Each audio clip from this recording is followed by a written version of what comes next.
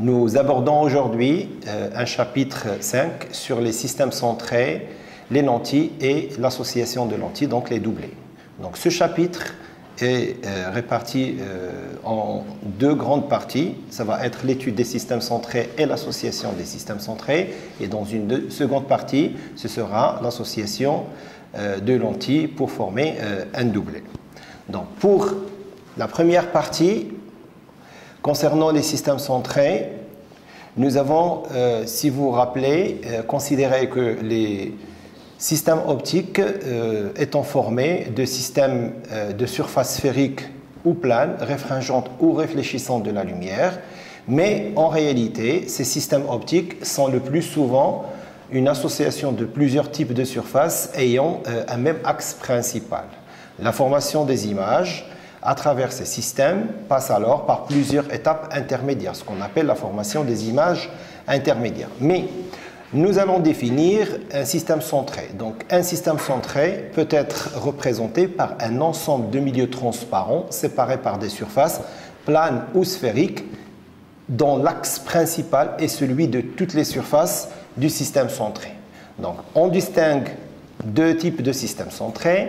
Les systèmes centrés dioptriques qui sont composés uniquement de dioptres plans ou sphériques et les systèmes catadioptriques qui sont composés de dioptres et de miroirs réfléchissant de la lumière.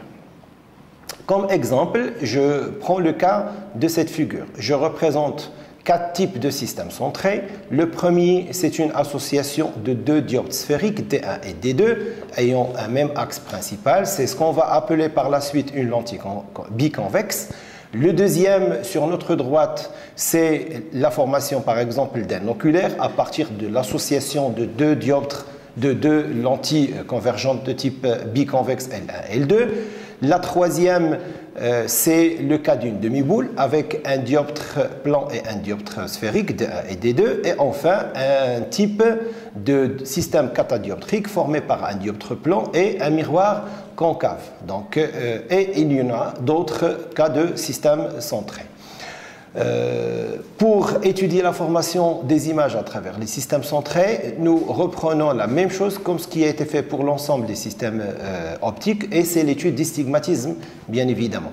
Étant donné que les systèmes centrés sont composés de plusieurs systèmes optiques, comme nous avons vu des systèmes réfringents et ou réfléchissants, et que ces systèmes, dans la majorité des cas, ne disposent pas d'un stigmatisme parfait, ben même chose pour les systèmes centrés, nous ne pouvons pas parler de stigmatisme parfait, sauf pour des cas particuliers, mais le plus souvent, nous allons discuter le cas de stigmatisme approché qui peut être réalisé en considérant bien évidemment les systèmes centrés dans les conditions d'approximation de Gauss et qui sont l'objet plan perpendiculaire à l'axe principal, le système de faible ouverture, les angles sont petits ou ce qu'on appelle les rayons par action.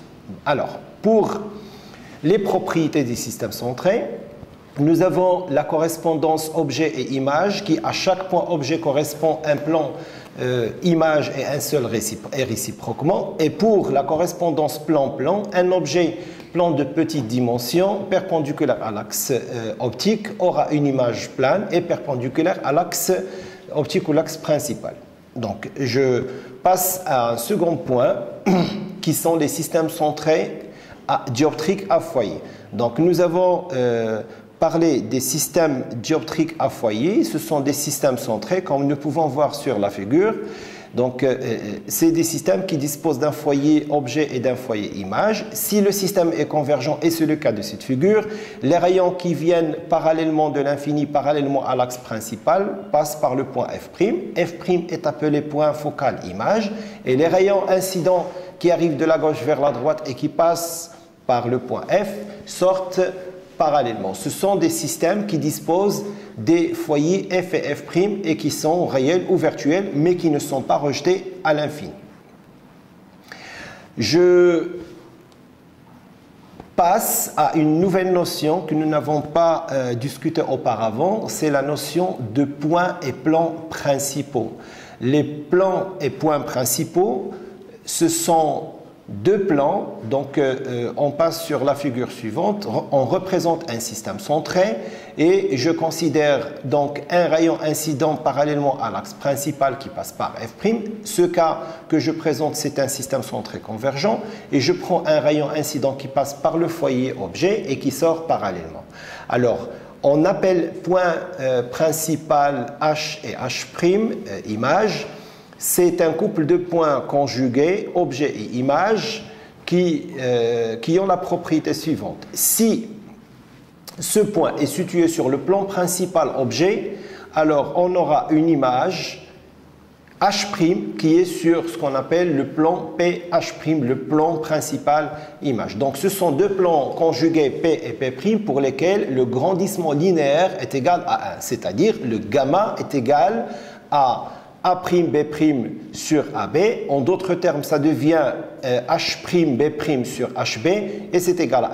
Le plan principal objet, c'est un plan qui passe par le point H et qui est perpendiculaire à l'axe principal. Le plan principal image, c'est P' et c'est un plan qui est perpendiculaire à l'axe principal et qui passe par le point H', tel que gamma est égal à 1. Donc, on essaie d'expliquer un petit peu ce schéma. Donc, je considère un rayon incident SI parallèle à l'axe principal. Ce rayon émerge par le foyer F'. On considère bien évidemment que le système centré est convergent. Et le rayon J'S', qui est un rayon émergent parallèle à l'axe principal, c'est un émergent qui correspond à un incident qui arrive de la gauche vers la droite, mais qui passe par le point focal objet. Alors, le prolongement des deux rayons SI et FJ donne le point objet virtuel B, qui est situé sur le plan principal objet. Et le prolongement des deux rayons J', S' et F', I' va former le point image virtuel B'. Donc, nous remarquons que H est situé sur le point A et que B est sur le plan principal objet et sont conjugués et sur le plan principal image. Donc A'B' sur AB est bien égal à 1, comme on le voit sur la figure. Donc je répète que ce sont deux plans qui sont virtuels, qui n'ont pas d'utilité, sauf qu'ils nous permettent d'avancer dans les calculs de ce qu'on va voir quand on va faire l'étude d'un système centré, mais c'est quand même très important pour les définir. Donc, je résume, nous avons parlé du point H et du point H', et nous avons parlé du point P et du point P', qui ont la propriété gamma égale à 1, c'est-à-dire si un objet est déposé sur le plan principal objet, alors son image conjuguée est A'B' et elle sera déposée bien évidemment sur le plan principal image. Donc nous pouvons définir le plan principal objet comme étant le lieu des points d'intersection des incidents passant par le foyer objet avec les émergents correspondants parallèles à l'axe optique. Et nous pouvons définir le plan principal image P' comme étant le lieu des points d'intersection des incidents parallèles à l'axe optique avec les émergents correspondants passant par le foyer image F'. Bien évidemment, H, c'est l'intersection avec l'axe principal et H', c'est aussi l'intersection passant par P'. Donc, aussi, je vais essayer d'introduire réellement la définition de ce qu'on appelle la distance focale objet. Nous avons toujours défini la distance focale petit f par la distance entre le sommet et le point focal objet et nous avons défini f' par le sommet et le point f'. Maintenant que nous avons H et H', nous allons définir la distance focale objet par petit f est égal à HF. C'est comme si H représente en quelque sorte un sommet d'un système optique. Et nous définissons f', la distance focale image, par H', F'. On appellera ainsi les points H, H', F et F', les points cardinaux d'un système centré. Donc nous avons toujours dans un système centré 4 points cardinaux, F, F', H et H'. Nous pouvons aussi parler des points nodaux et antinodaux, mais on ne va pas les faire dans ce chapitre. Maintenant, comme tout système optique, nous avons des systèmes qui sont convergents de la lumière et nous avons des systèmes qui sont divergents. Donc je représente sur les deux figures suivantes le schéma d'un système centré qui est convergent. Donc je prends un axe principal, je prends F, H, H' et F', et donc HF est négatif, c'est la distance focale objet, et H', F' est positif, c'est la distance focale image. Donc le système centré que nous avons sur le premier schéma est un système centré qui est convergent, et sur notre droite, nous avons un système divergent. Donc sur un axe principal, je vais pointer H, et cette fois F', ensuite F et H', tel que HF est positif et H', F' est négatif. Et donc, ce sera un système centré divergent. Bien. Donc, pour les foyers secondaires objets et images, nous représentons sur cette figure un système centré défini, convergent, défini par les points cardinaux FH, H' et F'. Nous considérons le plan focal objet. Donc, c'est le plan perpendiculaire à l'axe principal et qui passe par le point F. Le point Fs est considéré comme étant un foyer objet secondaire. Alors, tous les rayons incidents qui passent par ce point, ils vont émerger parallèlement au rayon qui passe par Fs et par H. Sur la deuxième figure, je vais représenter le même système centré convergent, mais cette fois, je vais plutôt considérer le plan focal PF', et je considère un autre point différent que F', qui est F'S, et ce point F'S est considéré comme étant le foyer secondaire image. Bien évidemment, tous les rayons émergents et qui passent par ce point seront à l'entrée des rayons qui sont parallèles et précisément qui sont parallèles aux rayons I' et F'S. Alors, pour un système centré divergent, nous représentons sur cette figure le cas de foyer secondaire objet et nous avons sur le plan P', nous avons les rayons qui sont émergents et c'est des rayons qui passent par le point foyer secondaire, mais qui sont incidents et qui ont leur prolongement, puisque le système est divergent, qui se recoupent vers le point Fs. Et pour le dernier schéma, je représente un système centré divergent et je considère cette fois le point F'S qui est sur le plan focal F', et les points qui se recoupent en ayant leur continuité à partir des rayons émergents, ce sont des rayons qui sont à l'origine des rayons incidents, mais qui vont émerger en ayant un point retour vers le point F'S. Nous allons passer à la construction d'images à travers un système centré. On considère un système centré, le cas de cette figure par exemple, défini par ces quatre points cardinaux F, F', H, H', et nous considérons un objet réel AB situé sur l'axe principal de ce système. Bien évidemment, nous considérons un rayon incident parallèle à l'axe principal. Donc ce rayon incident, il va arriver jusqu'au plan principal. Ensuite, à partir du plan principal image, donc le rayon va émerger pour passer par le point F'. Bien évidemment, je considère que le système centré est un système convergent. Ensuite, je considère un rayon incident qui émane de B et qui passe par F. Et évidemment, ce rayon va sortir parallèlement à l'axe principal et il va émerger parallèlement en passant par J'B'. Dans ce cas, j'aurai formé A'B' image de AB à travers ce système optique. Alors, l'objectif est d'établir la relation de conjugaison de mon système centré. Donc, si je regarde les triangles BIJ et le triangle FHJ, ce sont des triangles semblables et nous avons les relations suivantes. Nous avons la valeur algébrique JH sur GI égale à HF sur IB, avec IB est égal à HA. Donc, je peux écrire que HJ sur IJ égale à HF sur HA. C'est la relation numéro 1. Ensuite, Les triangles H', I', F' et le triangle I', J', B' sont aussi des triangles semblables. Nous pouvons aussi écrire H', F' sur J', B'.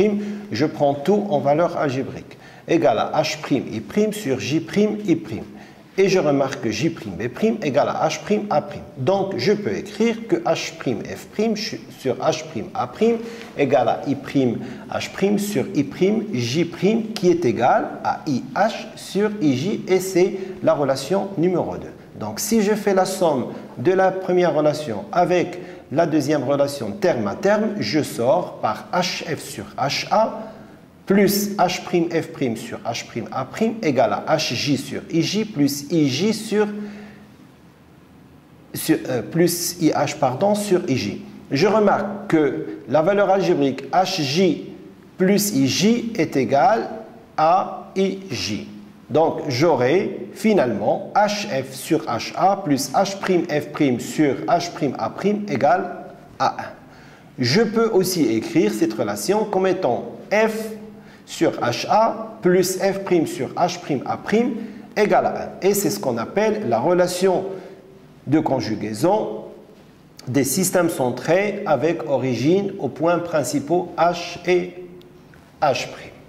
Maintenant, je vais, à partir de cette relation, établir la relation de Newton FA, scalaire produit par F'A' égale à petit f fois F'. Cette relation que nous avons toujours démontrée dans le cas de système optique, que ce soit le miroir sphérique, que ce soit le dioptre sphérique. Pour le grandissement linéaire, je considère le même schéma que tout à l'heure et je vais définir l'angle U, c'est l'angle défini entre le rayon incident BF et le rayon incident AF, et je considère l'angle U', c'est l'angle défini entre l'émergent F'A' et l'émergent F'B'. Et dans ce cas, je vais calculer la tangente de U qui est égale à AB sur FA, qui est égale à HJ sur FH, qui est égale à H'J' sur FH, qui est égal à A'B' sur FH. Donc, gamma, qui est égal à A'B' sur AB, égale aussi à HF sur AF. Et comme HF est égal à la distance focale objet, donc gamma est égal à F sur AF.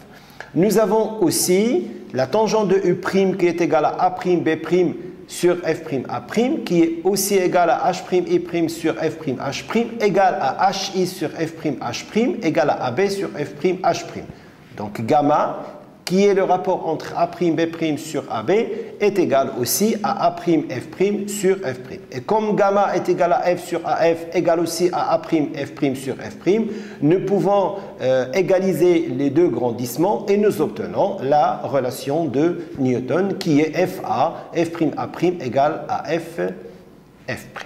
Maintenant, nous abordons la vergence d'un système centré et on considère un système centré représenté par ses points cardinaux F, F', H et H', et un objet réel situé sur le plan focal, objet PF du système. Si l'objet est situé sur le plan focal et défini par un angle U, l'angle U étant l'angle sous lequel l'objet est vu. Donc j'ai une image qui est à l'infini et l'image est définie par un angle U' qui définit l'angle sous lequel l'image est observée. Dans les conditions d'approximation de Gauss, j'ai des angles petits et tangente de U est égale à U et donc égale à AB sur HA, égale à FB sur HF, égale à FB sur F', ce qui donne FB égale à peu près à F fois l'angle U.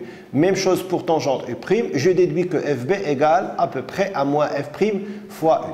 Donc, je tire la relation F fois U égale à peu près à moins F' fois U'. Donc, si j'utilise la deuxième loi de Snell-Descartes pour des angles U et U' dans les conditions d'approximation de Gauss, j'ai NU égale à peu près à N' U'.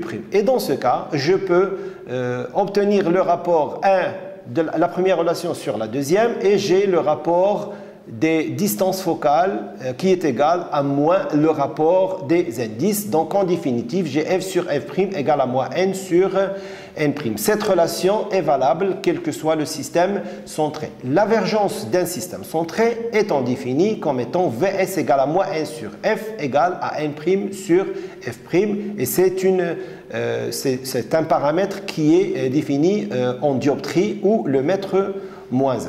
Un système centré est dit convergent si sa vergence Vs est positive, sa distance focale est négative et sa distance focale image est positive. Un système centré est dit divergent si sa vergence est négative, sa distance focale objet est positive et sa distance focale image est négative. Bien évidemment, si je reprends la relation de conjugaison d'un système centré dans des conditions d'approximation de Gauss et je multiplie par n' sur f', je vais avoir la vergence Vs est égale à n' sur h' à prime moins n sur h a, et c'est exactement égal à n' sur f', mais c'est aussi égal à moins n sur f. C'est la formule aussi de conjugaison d'un système centré avec origine aux points principaux en utilisant la notion de la vergence. Je passe maintenant au troisième paragraphe sur les systèmes catadioptriques. Comme ça a été rappelé au début de ce chapitre, nous avons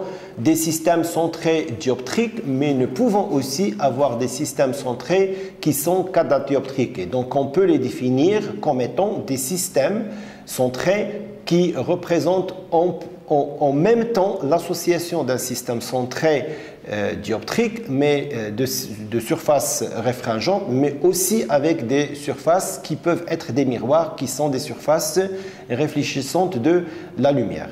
Dans ce cas, la phase d'entrée et la phase de sortie est toujours la même, parce que la lumière arrive du milieu d'entrée, traverse le système réfringent, arrive à la surface réfléchissante et va faire le retour pour obtenir la face de sortie égale exactement à la face d'entrée. Donc nous considérons sur cette figure l'association d'un système dioptrique et d'un miroir sphérique concave ayant même axe principal.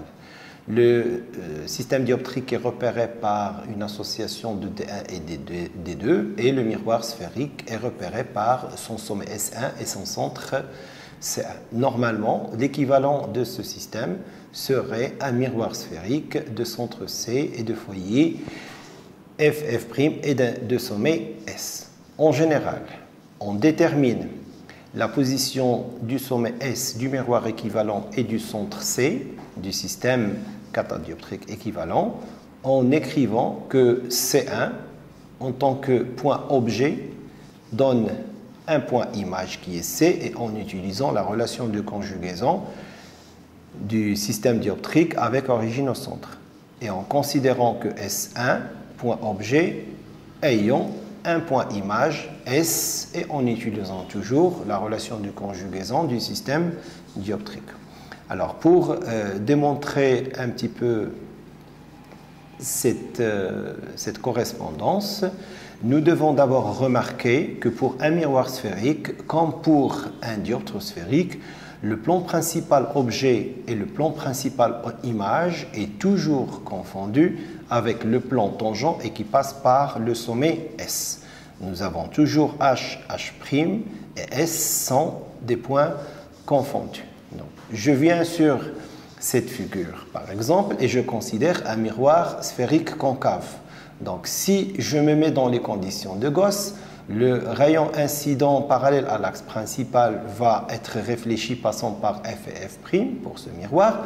Et si le système est de faible ouverture, j'aurai la projection H et H' qui va être juste à côté de S. Et donc, je peux avoir S, H et H' qui sont confondus. Et comme ça a été vu dans le chapitre 3 sur la réflexion, nous avons un plan tangent au niveau du sommet. Bien, maintenant on va essayer d'expliquer par la construction géométrique que le système équivalent, en effet, est un miroir sphérique de sommet S et de centre C. Donc je considère sur cette figure un dioptre associé à un miroir sphérique concave. Et je considère un rayon incident AI qui arrive vers ce système. Il traverse d'abord la première surface dioptrique et arrive vers le miroir. Comme le miroir réfléchit la lumière, il va réfléchir la lumière en passant par un point normalement qui est F et ou F', mais on n'en est pas sûr. Alors, je voudrais juste rappeler que le PH, c'est le plan principal objet, et le P'H'. Donc, si je considère le rayon incident et son émergent, et je considère la définition de P'H', je dois théoriquement avoir que le plan représenté en pointillé qui passe par H' et qui est perpendiculaire à l'axe principal, c'est le lieu des points émergents, c'est le lieu d'intersection des points des incidents parallèles avec leur émergent qui passe par F'. Donc si on met des pointillés et je repère par le point K', le point qui complète le rayon incident sur ce plan P', le retour, évidemment, passe par un point qui ne peut être que F'. Et dans ce cas, j'aurais obtenu le point F'. Maintenant, si j'utilise le deuxième principe de l'optique géométrique, qui est le principe du retour inverse de la lumière, je considère cette fois un rayon qui est incident BF et qui passe par le point foyer objet.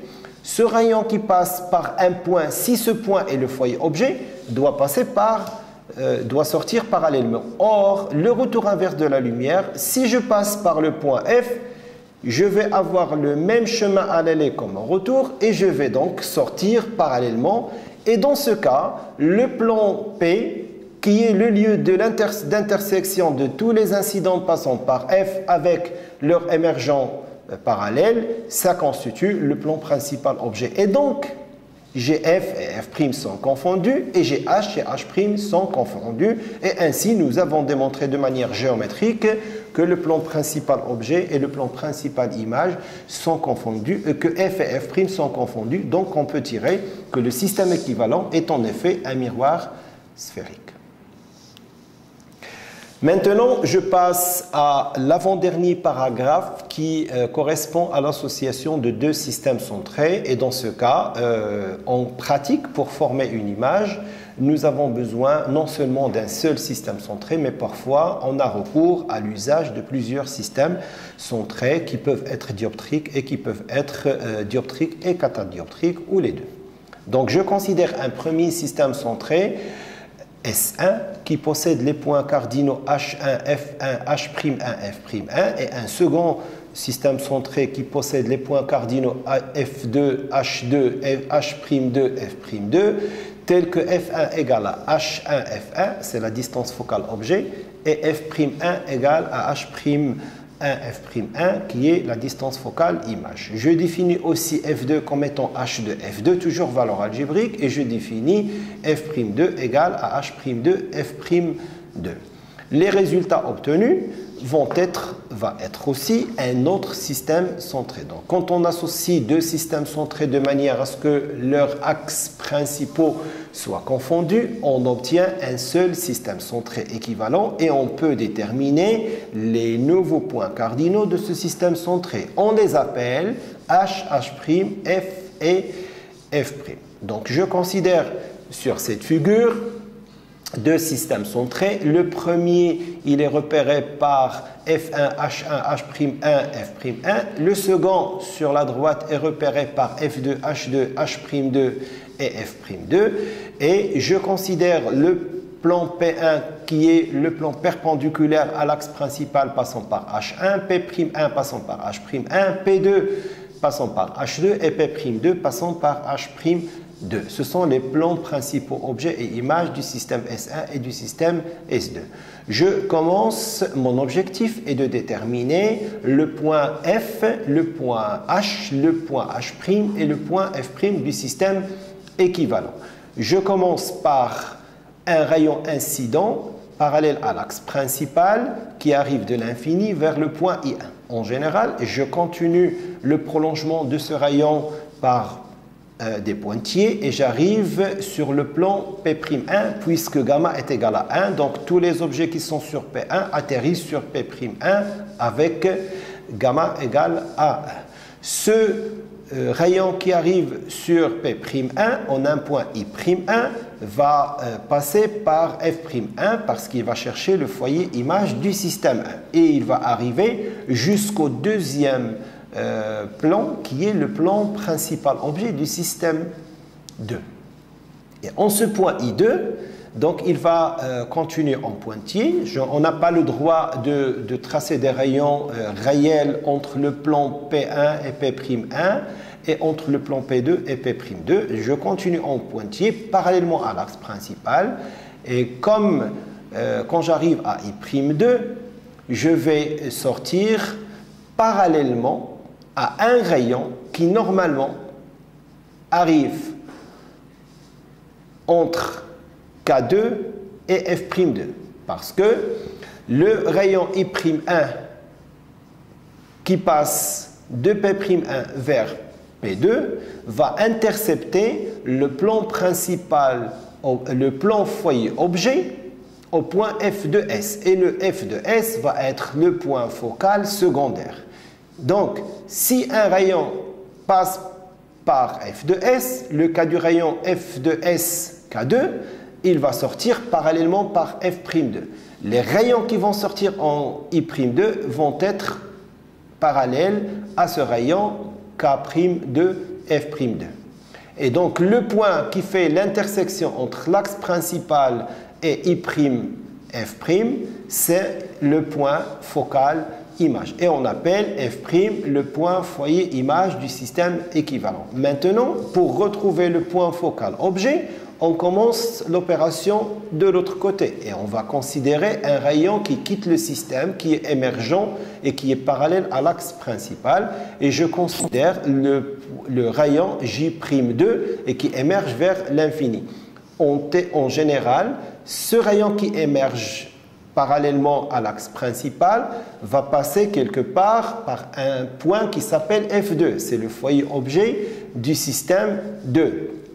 Mais ce rayon J'1 F2 va traverser le plan principal image du système 1. Et donc je repère le point F'1 S qui est le foyer secondaire image du système 2. Et normalement, si un point émerge parallèlement à ce F'1, c'est les pointillés. Normalement, il passe par le foyer F1, objet du système 1. Donc, le rayon incident qui va venir de l'infini passant vers le système 1 doit être parallèle à ce rayon qui est F1, K1. Et donc, l'intersection de ce rayon incident avec l'axe principal va définir le point F qui est appelé le foyer objet du système équivalent. Et c'est comme ça qu'on détermine le point F et le point F'. Il nous reste maintenant la détermination du plan principal objet et du plan principal image. Et je vais utiliser la définition du plan principal objet. Le plan principal objet, c'est tout simplement le lieu d'intersection de tous les incidents passant par le foyer F du système équivalent avec les émergents correspondants. Et le plan principal image, c'est le lieu d'intersection de tous les incidents parallèles à l'axe principal avec leurs émergents passant par F'. Et donc, c'est un plan principal qui nous détermine. P' qui nous donne le point H'. H est l'intersection de PH avec l'axe principal et H' c'est l'intersection du plan P' avec l'axe principal. Alors, pour déterminer la position de F', H et H' par le calcul, j'ai besoin de définir ce qu'on appelle l'intervalle optique. Et l'intervalle optique pour un système centré est appelé delta et c'est F'1 F2 qui est égal à moins F'1 plus l'épaisseur plus F2. Je rappelle que l'épaisseur étant H'1 H2. Donc delta est appelé l'intervalle optique et E est appelé l'épaisseur. Donc Si je veux déterminer par le calcul les points cardinaux, j'ai à utiliser la relation de Newton. Donc, si je reviens sur mon schéma, je remarque que le point incident F, foyer objet du système équivalent, qui traverse le système 1, il a comme image le point F2 situé sur l'axe principal. F2, c'est le point focal objet du système 2. Et si je regarde le point F'1, qui est le point image du système 1, il a comme image le point F'. Je vais utiliser la correspondance objet et image et la relation de Newton pour déterminer la position de F', de H et H'. Donc, je reviens sur la formule. F, c'est un point objet qui donne F2 à travers le système 1. Et F'1, c'est un point objet qui donne un point image F' à travers le système 2. Donc, si j'utilise la relation de Newton en considérant que F et F2 est un point objet image à travers le système 1, j'aurai F'A' égale à FF' appliqué au système 1, ce qui fait F1, F fois F'1, F2 égale à F1, F'1 parce que j'utilise que le système 1, donc je n'utilise que la distance focale objet et image du système 1. Donc je déduis que F1, F est égal à F1, F'1 sur delta. Pour le système 2, je rappelle que F'1 étant l'objet et F' étant l'image à travers le système 2, donc j'utilise F2, F'2 et je peux écrire la relation de Newton dans ce cas comme étant F2, F'1 fois F'2, F' égale à F2, F'2, ce qui nous donne F'2, F' égale à moins F2, F'2 sur delta. Je rappelle que ces deux relations vont donner la position du foyer équivalent objet du système par rapport à F1 et la deuxième va donner la position du foyer image du système équivalent par rapport à F'2. Ce sont deux relations qui nous permettent d'avancer dans la détermination de plusieurs paramètres concernant l'association de systèmes centrés. Maintenant, il nous reste à déterminer par le calcul théorique F et F'. Et dans ce cas, je reviens sur ma figure et je considère les triangles F', H', J' et F'2, H'2, K'2 comme étant des triangles semblables. J'ai le rapport H', F' sur F'2, H'2 qui est égal à H', J' sur K'2, H'2 et je peux tirer que H', J' sur K'2, H'2 égale à moins F' sur F'2. Je rappelle que F' étant la distance focale image du système équivalent. Je considère aussi les triangles semblables F'1, F2, F2S et I'1, H'1, F'1 et j'établis le rapport F'1, F2 sur F'1 sur H'1, F'1 égale à F2S, F2 sur H'1, I'1 égale à K'2, H'2 sur H', J'. Je repère aussi que K'2, H'2 sur H', J' égale à delta sur F'. Je rappelle que delta étant égal à F'1, F2, comme ça a été rappelé au début de ce paragraphe. Si je fais le produit de la relation 1 avec la relation 2, j'obtiens F' égale à H', F' égale à moins F'1, F'2 sur delta. Et bien la même chose.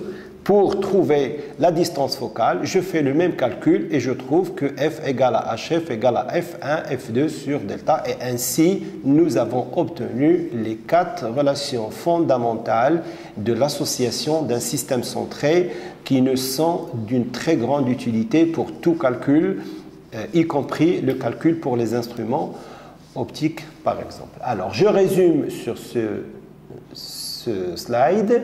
L'association de deux systèmes centrés reste toujours un système centré dont les points cardinaux sont donnés par les relations suivantes. F1F égale à F1 F'1 sur delta, F'2 F' égale à moins F2 F'2 sur delta, F égale à F1 F2 sur delta, F' égale à H' F' égale à moins F'1 F'2 sur delta.